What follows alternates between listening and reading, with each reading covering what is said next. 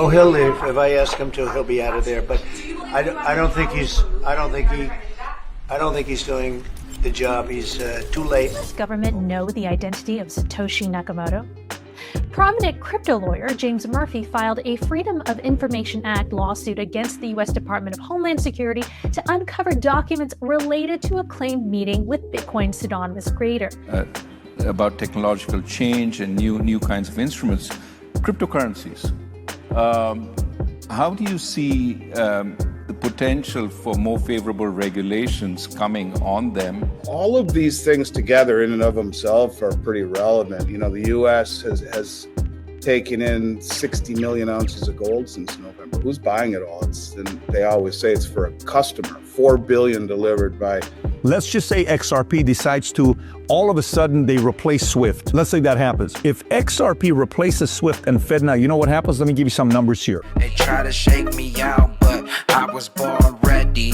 Dropping down the price, then I be getting plenty. They want all your bags, and they want all them empty. What's up, good bitches? If you got a baggie, welcome to the party. Welcome back to sport. Boon o'clock news. No breakfast, no coffee. Just straight extra. Bullishness. Shout out to the latest sub. Appreciate you stopping by, tuning in. Don't forget to drop an elbow from the top ropes on that likey button. We got XRP currently right around $2.07. We got subject views to pop things off. Does anyone else find it highly interesting that the chair of the Federal Reserve is being interviewed by Ripple Advisory Board member who is specifically there for RLUSD oversight? Well, let me move to something which is more about technological change and new kinds of instruments, cryptocurrencies. How do you see the potential for more favorable regulations coming on them and potential risks from that for the system? You know, so we went through a wave of failures and fraud and things like that were the headlines for a couple of years. And I think what you see now is, and during that period, by the way, we worked with Congress to try to get a framework, a legal framework for stable coins, which would have been a nice place to start. We were not successful. I think that the climate is changing and you're moving into sort of more mainstreaming of that whole sector. So Congress is again looking at both the Senate and the House are looking at a legal framework for stable coins. You know, depending on what's in it, that's a good idea. We need that. There isn't one now. And stable coins are a digital product that could actually have fairly wide appeal and should contain consumer protections of the typical sorts and transparency. And that's what the Senate and the House are working on. So that's a positive thing. I also think some of the, we took a pretty conservative, and other bank regulators took an even more conservative perspective on the guidance and rules we imposed on banks. I think there'll be some loosening of that, and I think we'll try to do it in a way that preserves safety and soundness, but that permits and fosters appropriate innovation, but that does so in a way that again doesn't put consumers at risk in ways they don't understand or make banks less safe and sound. Speaking of Powell, President Trump claims if he asks Powell to leave the Fed, he'll leave. I'll ask him to. He'll be out of there. I don't think he's doing the job. Jerome Powell, you said that the termination of Jerome Powell cannot come fast enough.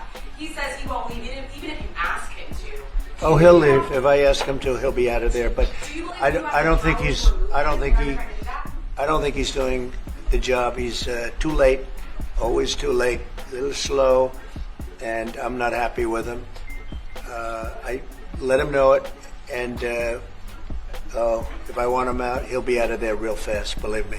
Mr. Man, XRP, the IMF, for certain policies, regulations, and this paradigm shift to take place. If it'll take time, nothing happens immediately. And to facilitate the transition, policies must allow private economic agents time to adjust and deliver. Another one for Mr. Man. Their technologies do allow them to manipulate time and space. This entire construct of what we've been made to believe is a giant manipulation. We seem to have lost focus and vision, to have lowered our sights and let systems and structures and bureaucracies muddle us along. But we are capable of so much more. Our technologies permit us to manipulate time and space. They leave distance annihilated, cause things to grow and improve productivity. CoinDesk, does the U.S. government know Satoshi's identity? Crypto lawyer James Murphy filed a lawsuit against the Department of Homeland Security to uncover documents related to a claimed meeting with Bitcoin's pseudonymous creator. Does the U.S. government know the identity of Satoshi Nakamoto? Prominent crypto lawyer James Murphy filed a Freedom of Information Act lawsuit against the U.S. Department of Homeland Security to uncover documents related to a claimed meeting with Bitcoin's pseudonymous creator. The lawsuit stems from statements by a DHS agent suggesting the agency met Nakamoto and 3 others involved in Bitcoin's creation. Here is Special Agent Rana Saud speaking at the Offshore Alert Conference on Financial Intelligence and Investigations in 2019. We looked at Bitcoin was the most prevalent at that point. We had seized quite a bit of it, millions of dollars worth, under the Silk Road investigation.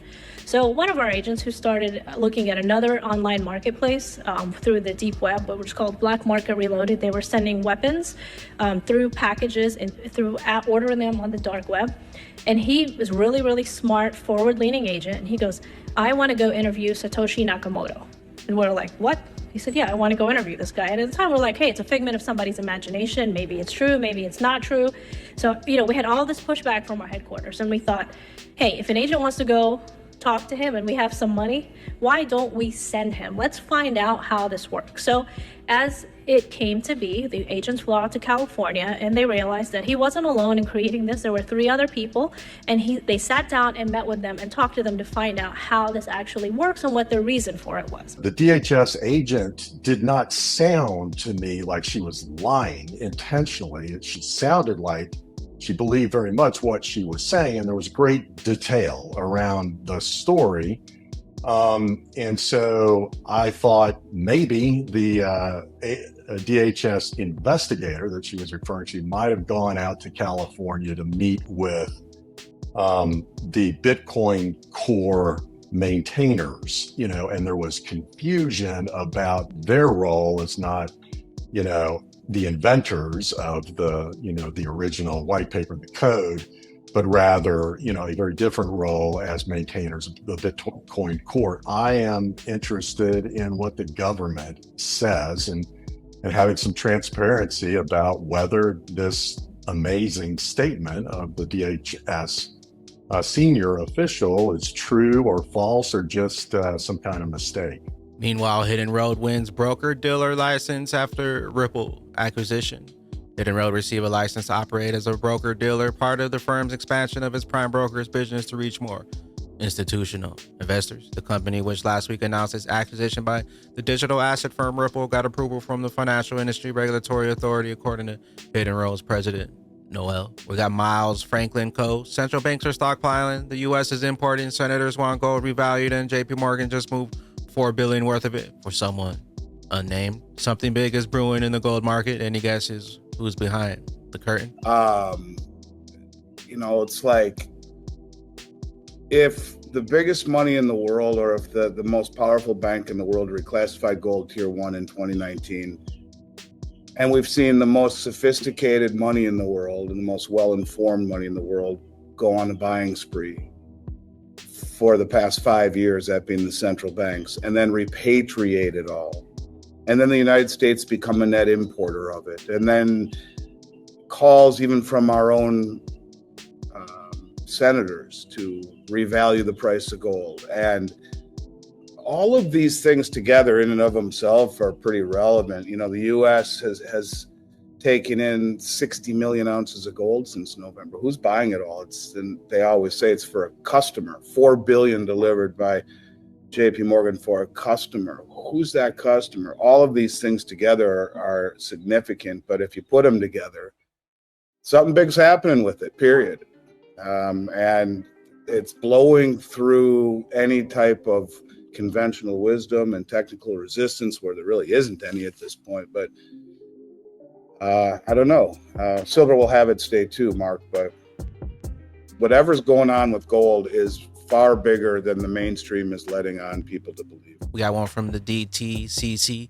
Join the DTCC and some of the world's largest financial service providers for a live demo showcasing the future of the digital collateral market infrastructure. The Great Collateral Experiment is the culmination of many years of work where we're very proud to bring to market today a common infrastructure to be able to move collateral at the speed of the network. Our intent is to create a common platform where, whether it's tri-party providers, it is broker-dealers, the buy side, the sell side, will all have a digital platform, modern in its format, to be able to transact and move collateral efficiently. The pace of movement of collateral, due to the need to integrate many institutional systems, slows things down. By automating collateral movement through blockchain and through smart contracts, we're able to unlock this liquidity and really transform institutional finance to allow for real-time settlement of complex financial transactions, instant movement of collateral globally, and even execution of complex financial trades at a pace and with a level of customization that hasn't existed previously. We're very excited about the collateral experiment. Come and join us for the 2 hours. It'll be an amazing journey. We got one for a mustache. Altcoins. Friendly reminder, the USDT dominance has reached a very important point. Down equals crypto up. You need patience in this game, but the new highs in 2025 are inevitable. We got Agrag Crypto, BTC to the fib, 1.618. Only a few. And with that being said, Batman Bag Ladies, buy XRP before Swift announces it. For someone that doesn't want to specialize in this, it is something you have to pay attention to. Here's why. Let's just say XRP decides to, all of a sudden, they replace Swift. Let's say that happens. If XRP replaces Swift and FedNow, you know what happens? Let me give you some numbers here. XRP's ledger processes transactions in 3 to 5 seconds at nearly no cost, making it significantly faster and cheaper than Swift. So, Swift processes $5 trillion daily, or 1.25 quadrillion annually. If you didn't know what that was, quadrillion annually, Swift. If XRP captures 5 to 10% of volume, let's just say 10% of volume, $125 trillion annually. The demand for XRP, by the way, it could be any of these other technologies we're talking about. Analysts estimate that a $10 trillion market cap could push XRP's price to $100 per token, with full replacement potentially driving it up to $1,000. And the longer they take, the higher we keep climbing on that XRP. Richless, we'll see you down in Austin, Texas, 4/26, 2025. Where will those bags be when that regulation jar molasses finally breaks open and XRP's true price is finally revealed? Catch you up here on the mothership. I am the XRP Bagman, the Moon Commander.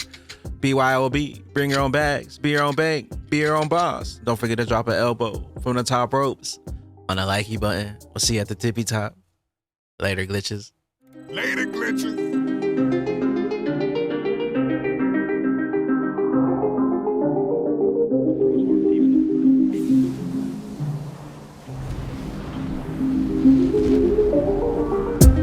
Welcome to the party. This a moon party. Hey, this a moon party. Hey, welcome to the party. Welcome to the party. This a moon party. This a moon party. Welcome to the party, we don't play round here. Moon suit on or you get sprayed round here. Watch where you walk and you